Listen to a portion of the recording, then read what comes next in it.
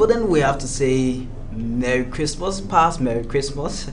And though we're still in our festive season, we also see a lot of guys who are still celebrating the Christmas and want to say a happy and prosperous new year as we get towards our resolution.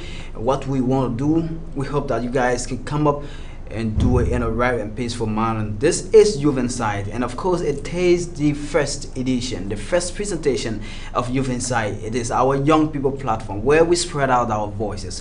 We unleash our voices for the better. We come up with ideas.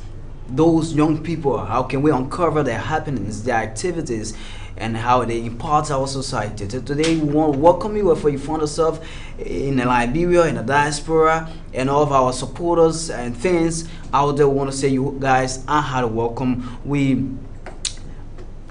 want to say thanks for your time, thanks for everything you've been doing for the Youth Insight, and we hope that more is yet to come. We want to say thanks to Prince Jebel, Project Change, Pro Change for short, and he's been one of the guys behind the scene when it comes to Youth Insight. We want to say thanks for being with us, and thanks for all of the activities you guys are doing there at the Pro Change. Thanks to all of our young people, our youth group, who've made us come this far, and with what we are doing and keep doing, we want to say thanks for doing all of your efforts you've absorbed into young people, especially where a youth platform is spread out for us to come and give forth our voices where necessary. Those items can be done.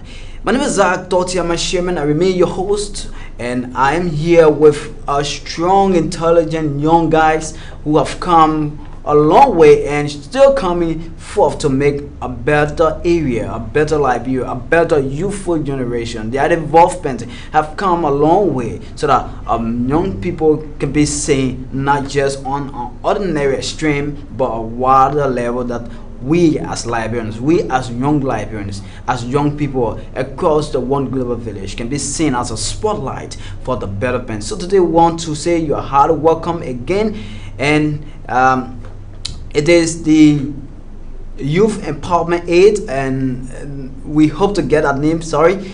And they are here with us is the guys who are trying to make sure things are going well when it comes to young people activities, and they are with us in studio. They are going to introduce themselves. After that, we take a short break and be right back. So you guys are highly welcome to Youth Insight. First of all, let's talk to our executive director. Mr. Director, I don't want to jumpstart your organization. You want to tell the public who you are, how did you come to being before we can go for our short break? Okay, so my name is Renzo Soma, and I'm the founder and executive director of Students Empowerment Aid.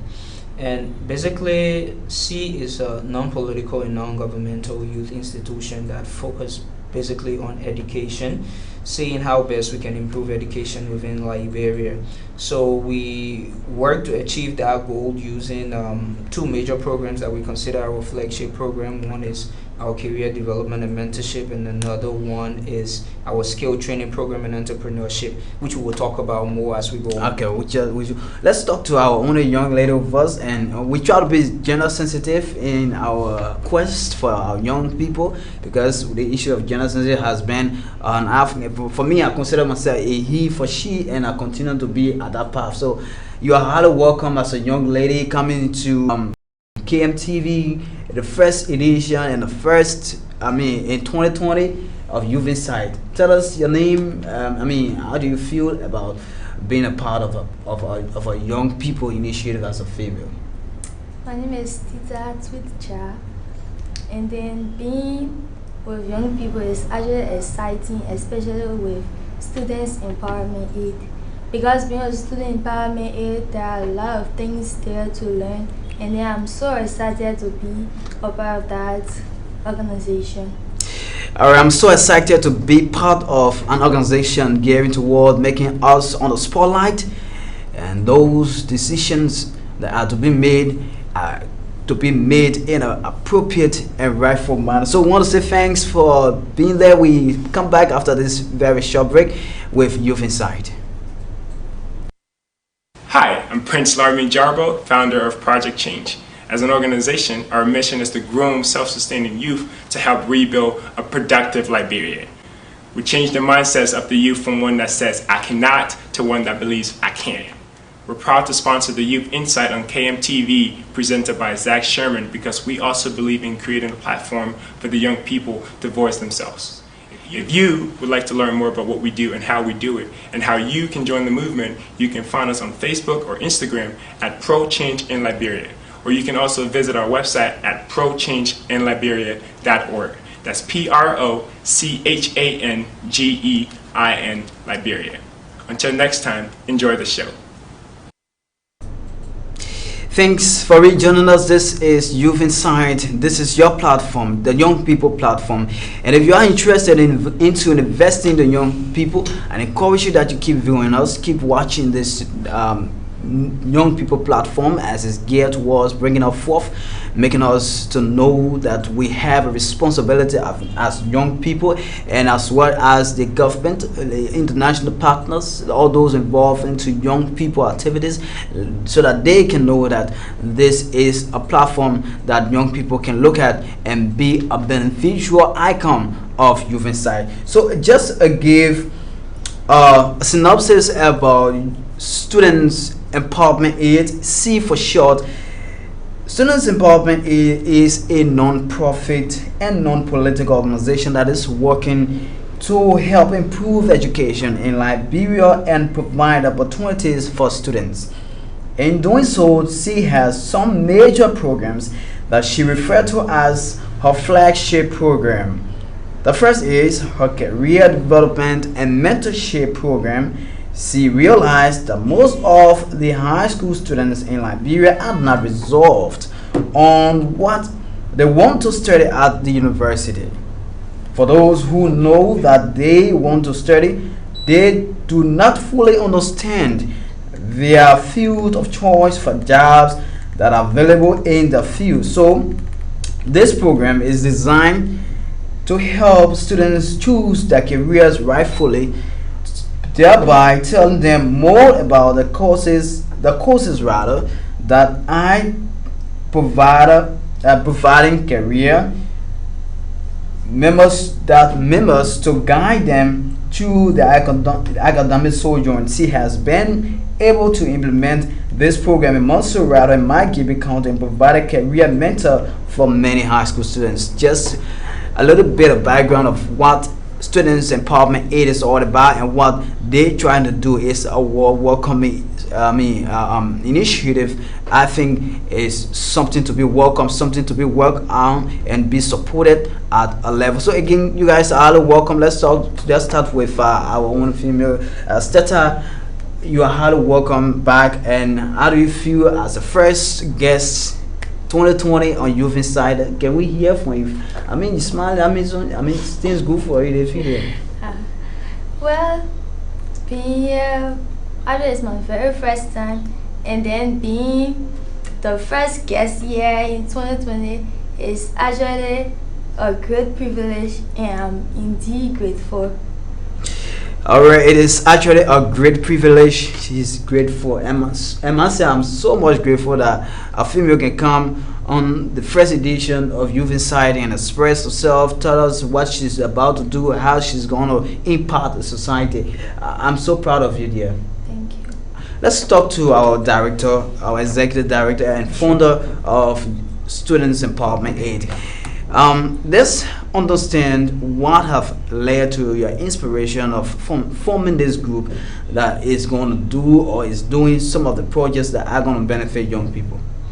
Okay, so firstly, Zach, I attended high school in Liberia, and one of the things that led to me establishing or forming C is the fact that I went to school without really understanding what are the courses that were offered at the university level. I also went through school without like a career mentor, which is something that is very difficult in itself.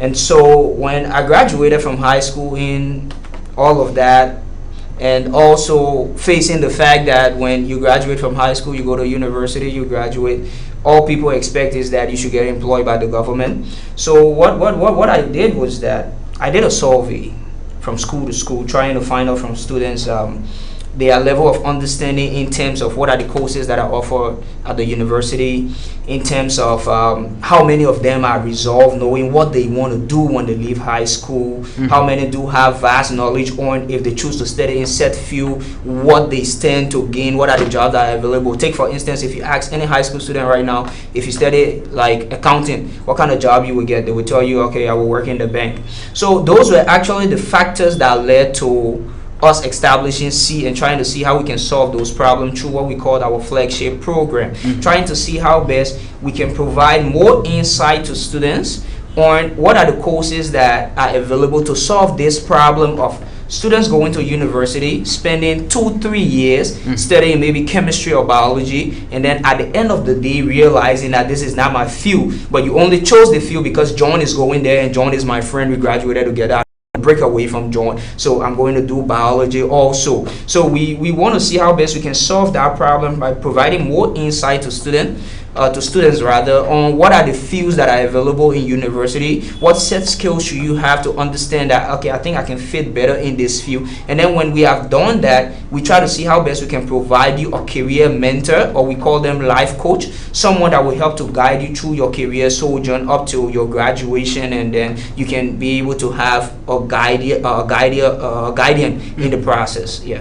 So in doing this, there are a lot of responsibilities, there are a lot of achievements or goals that you've set to achieve or to get in maybe your short time, your long term, and so forth.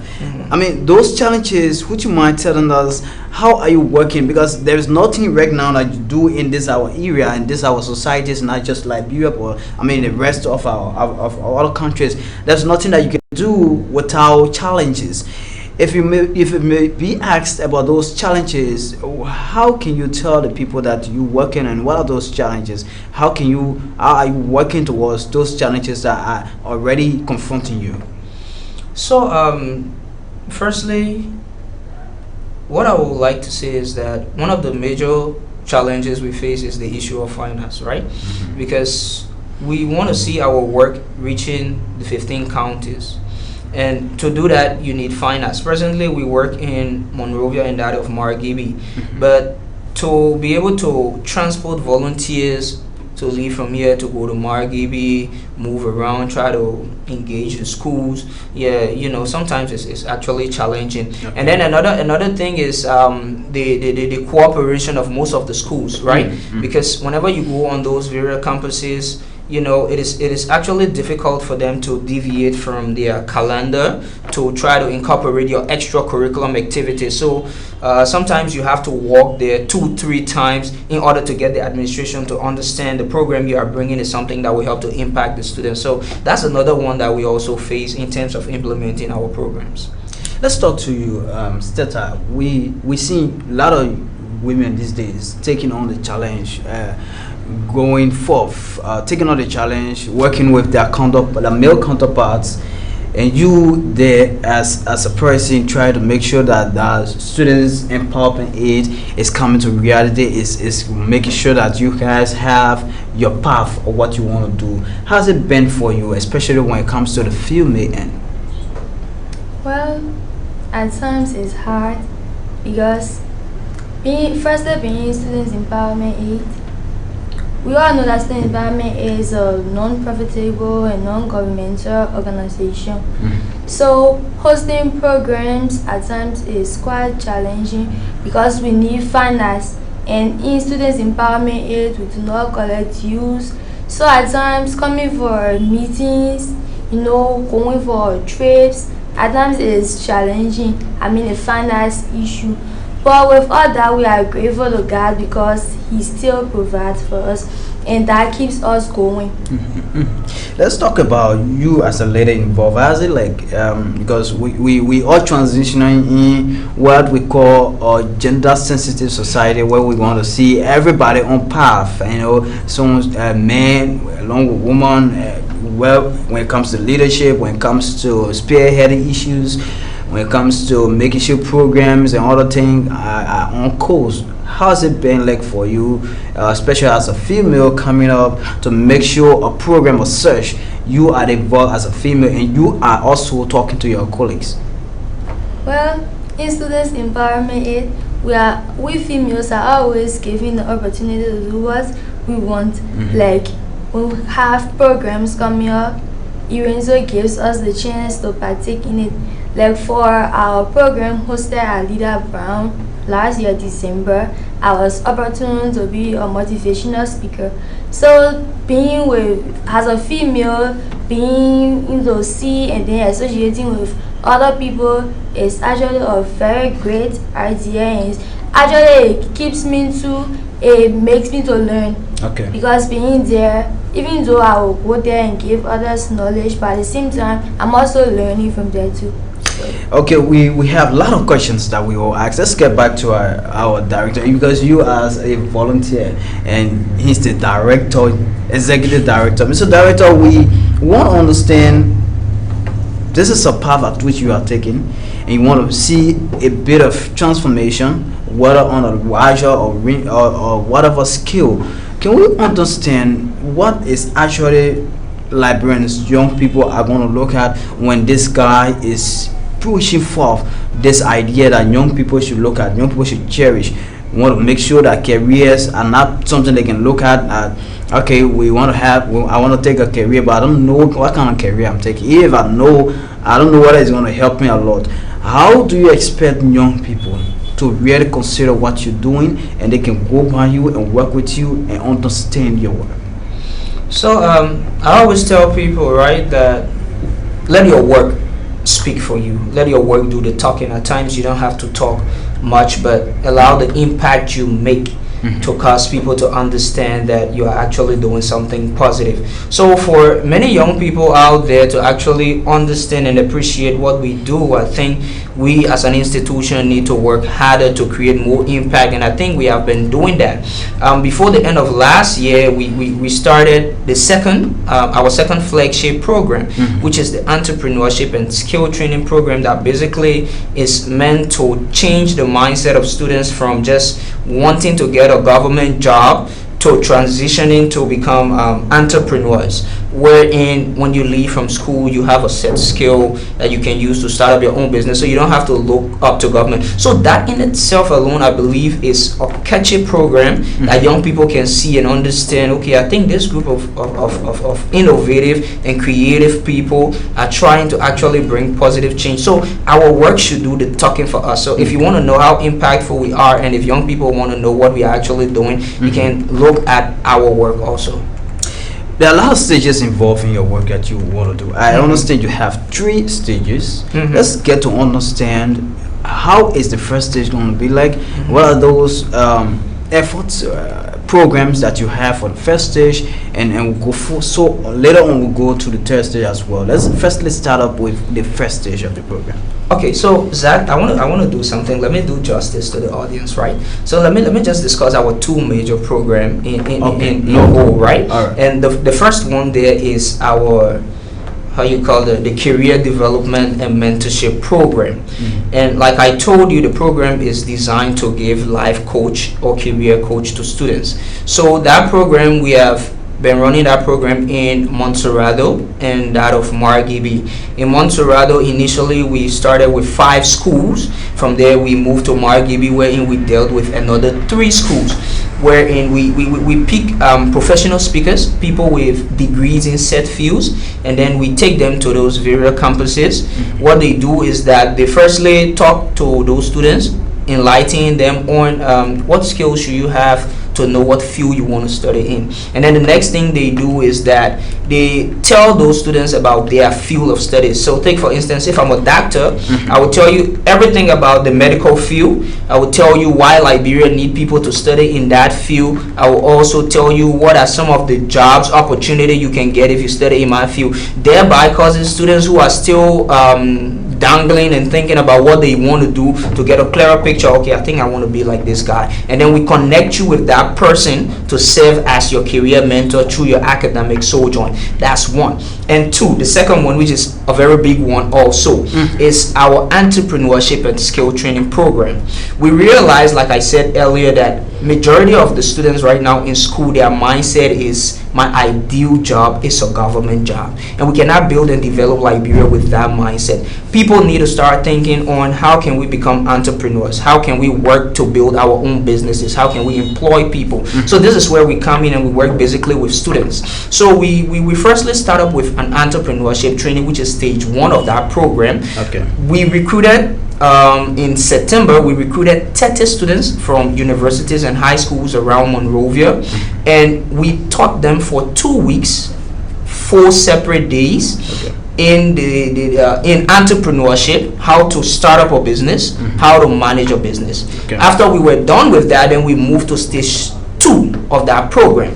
Stage 2 is where we gave them a skill training. We taught them perfume making, we taught them chlorine making, we taught them bathing soap, and then we also taught them the liquid soap, how to make them. So right there we have taught them how to start up a business, and we have also given them a skill that they can use to start up their own business.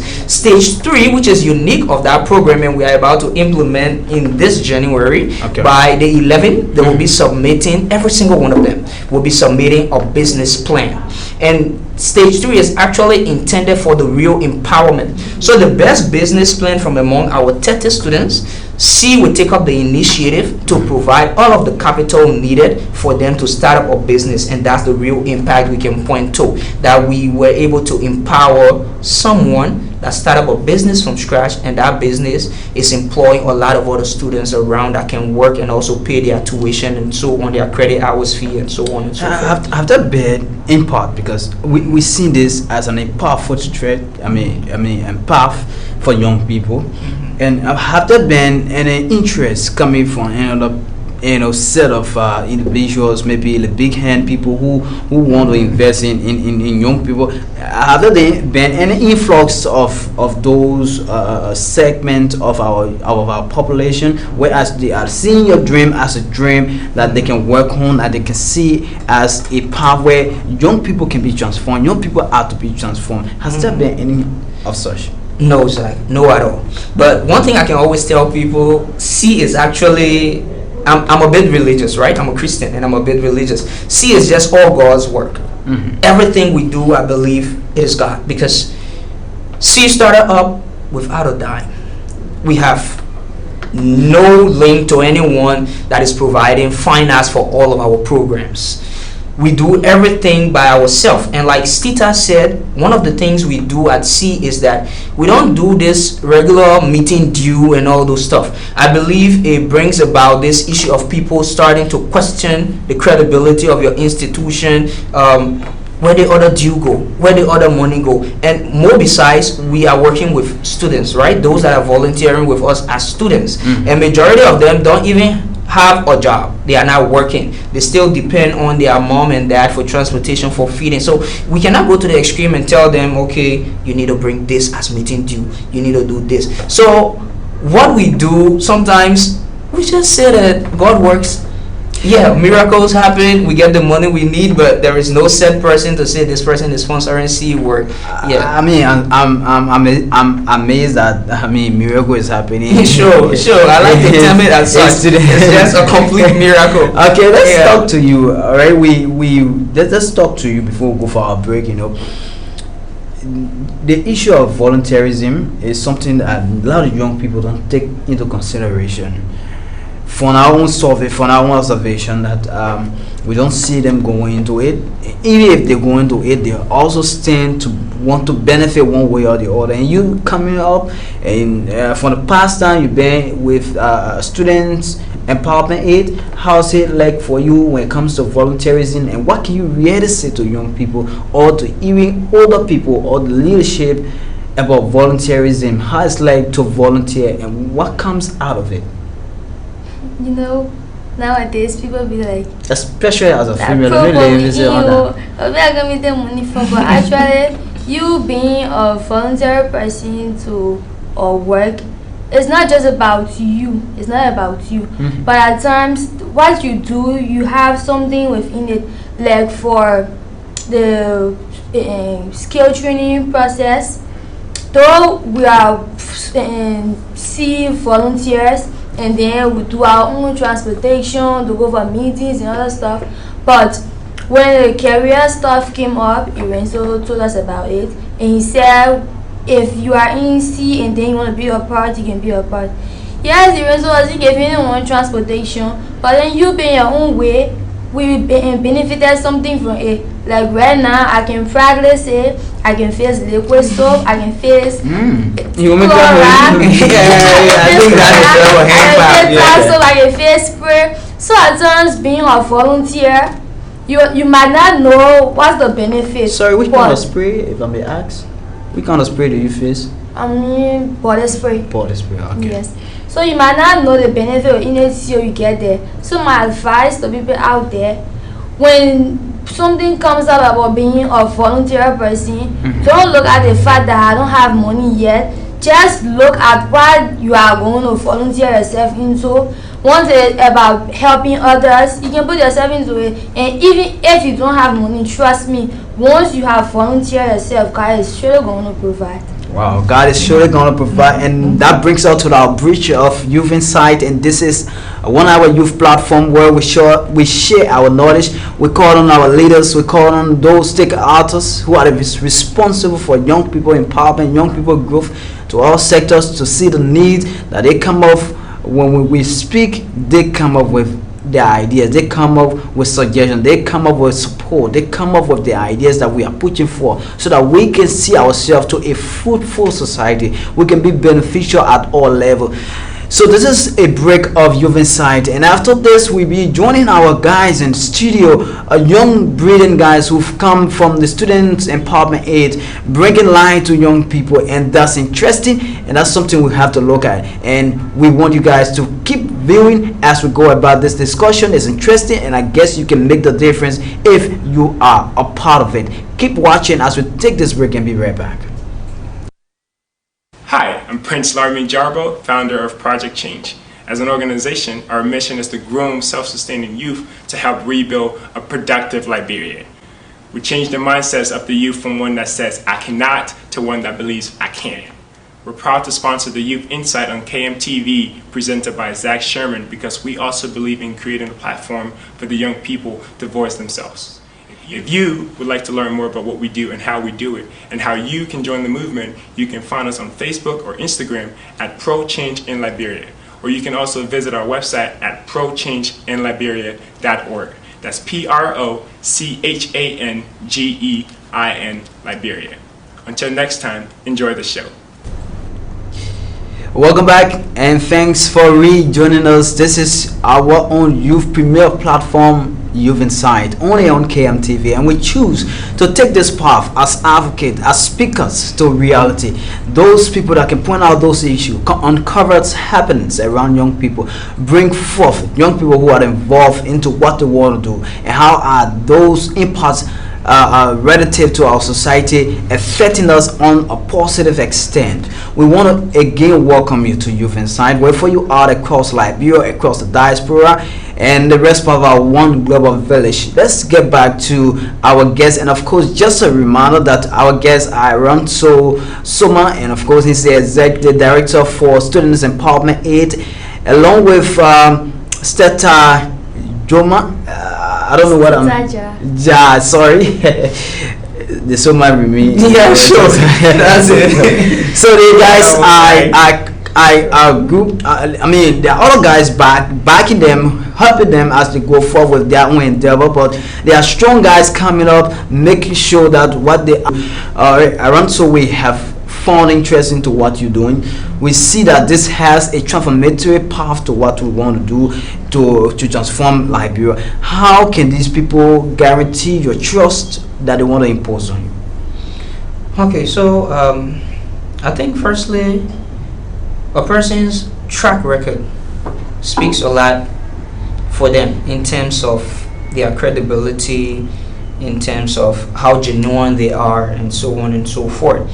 And even though I'm a very young guy, I'm a very young age, but I've worked a lot of places wherein I've left a mark of being transparent, a mark of being accountable for everything I do. Like, I serve as chairman of the Montserrat County Youth And Peace remember, Committee. and remember, you have a group. So I mean, Yeah. I prefer say everything we do. And No, I'm actually talking basically you're from, very good at from group. me before Okay, I no come to problem. that of C, right? Okay. Because they will have to look at the person heading the institution first Okay. before we even get it. So I've said a lot of areas wherein I left a footprint of integrity and so on. Mhm. Now, bringing it back to C, how can you tell that C is a credible institution enough that we can trust if we want to aid, in terms of their many programs that they run and so on and so forth. Like I said earlier in this particular program, let your work speak for you. So if you think you want to help see out, what you can do is try to evaluate the work we do. Try to do your own background search on our programs, our activities. Know how legitimate they are, know how true they are, know how great the impact is. Then you can be able to tell, okay, I think I can trust them because they have nothing right now and they are making this much impact. So imagine if you are able to give them this, what they will do. So let the work speak for us. Let's understand what exactly is going to be the outcome of what is expected of you. On an overall average, do you foresee a positive outcome of what you're doing in this our area, in this Liberia? Though you've started, and do you still see something that's going to be done that Liberians can look at, especially where a young person coupled with a young lady and other guys are working to make sure, young people see the career as an area that they can just temper with, but see it as a realistic area of their life transformation? Do you still see a success to that? Yeah, sure. Like not even like to say in the near future, we are already seeing it, right? Let's start up with our first program, the career development and mentorship program. Presently we have over 150 plus students that are being mentored by so many different people in so many fields. And our mentorship program works in a way wherein we make sure that you meet with your mentor. So I think Will Tingba, the former president of Litsu. Okay. He's mentoring over 10 to 15 of that number I just mentioned of students in information technology. So they meet at the YMCA on every Saturday to see how best they can do a tutorial, guiding them in the process of what are those do's and don'ts in the ICT field. So that in itself alone is already an impact. Coming to our second program, the skill training and the entrepreneurship. Like Stita said, she know how to make perfume right now. She can make chlora. That's an impact all by itself. And imagine we just taught 30 young students in those fields that Stita do know. She's one of those two that benefited from that. So imagine each of those 30 starting up their own businesses, maybe in perfume making, in chloride making. Imagine the amount of Liberians that they will be able to employ. So automatically the impact is already being felt, and we are praying for it to go on the wilder scale. Okay. Stita, let's get to you. You are a lady. You are a young, energetic lady, if I may say, and you fashioning a greater path. You're making sure things are on course when it comes to young people, young lady as well. Let's understand there are a lot of there are a lot of women who have succeeded, have extended to a path at which at least they can say, okay, we've been able to get at this point in time. What have you doing as a lady, getting out to them, making them to see your dream as a work on dream, so that women, young women in your own capacity can see what you're doing is a fruition to your success? Are you making efforts to engage those women who have succeeded at certain level, who still want to help young people to come up on board to make the difference? Do you have anything as a volunteer to reach out to them, or are you making effort to that? Well, I'm someone who loves talking to young people. Right now, the reason I don't go live doing motivational talk on social media is because right now I'm out of smartphone. But when I had my phone, like every Thursdays and Saturdays, I'll go live and then talking to young people as a youth motivator. And then it has helped others a lot, because people are coming on DM, thanks for the live video, I already learned a lot. And then for now, I already learned how to fix liquid soap perfume. So what I'm trying to do is, before the end of this month, I want to get all of my materials wherein I can call some of my friends that do not know how to fix those things and then help them out. And with that, once we know how to do it, like if I can help like 5 to 10 persons fix liquid soap, I'm very sure that those 5 or 10 persons. That means you are agent or change rather. Yes, they can also help another 5 to 10 persons, and with that, I mean, most young women, most young people will not wait for a government job, because you see, this liquid soap that we are overlooking actually has money. So if you can seriously, it got money. So if you can teach someone it, and then the person knows it, the person can make their own money, that man won't be on government job. But because for us in Liberia, once you do not work in government, which means you have no job. But trust me, once you can afford your materials and then you can be able to fix liquid soap, tar soap, you have your own money, you